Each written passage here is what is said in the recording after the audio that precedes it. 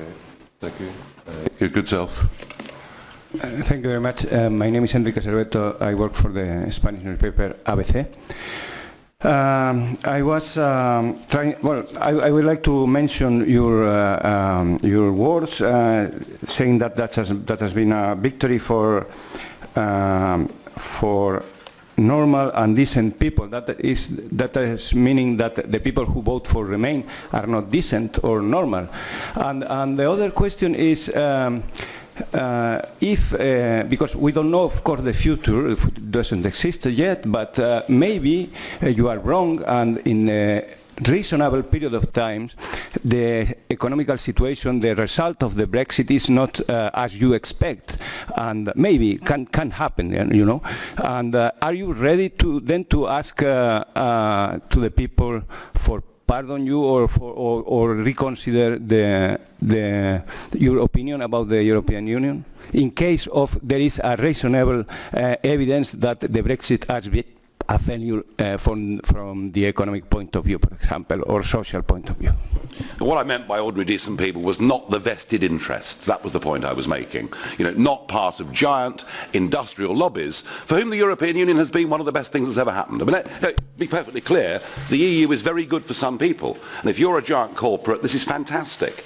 It's the first time ever you've effectively, through the system of lawmaking via the European Commission, been able to set the rules for your own industry. And that's wonderful, because you can make it really tough for small and medium-sized competitors to challenge you in the marketplace, and perhaps pharmaceuticals would be a very good example of that.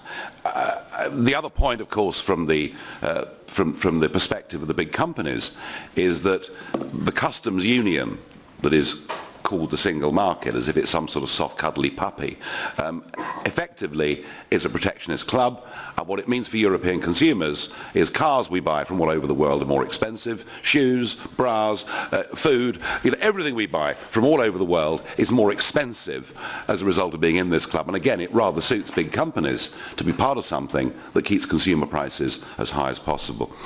Okay, to the meat of your question, what if the economics of Brexit aren't as I think they're going to be? Well, all I can say is I think the economics of the Eurozone are likely to be more troubled and more plagued than the economics of the United Kingdom. But ultimately, what the British people voted for was freedom over economic arguments.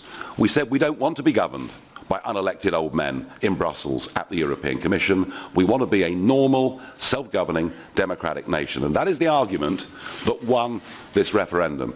And as far as economic scare stories are concerned, well, the worst, I mean, this is the way we've got to look at this. The worst case scenario is that at the end of the 2 years, there is no renegotiation, and the German Chancellor and the French President decide that they're happy to risk hundreds of thousands of jobs in their countries, because given the net balance of trade, if trade was to diminish, you know, there is greater risk on their side than our side.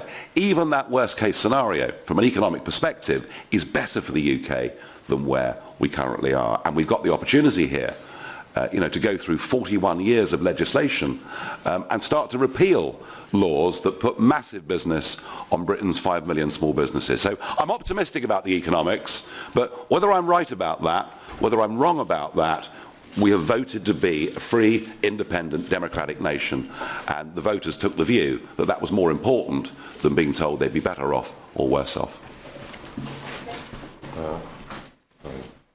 Good self.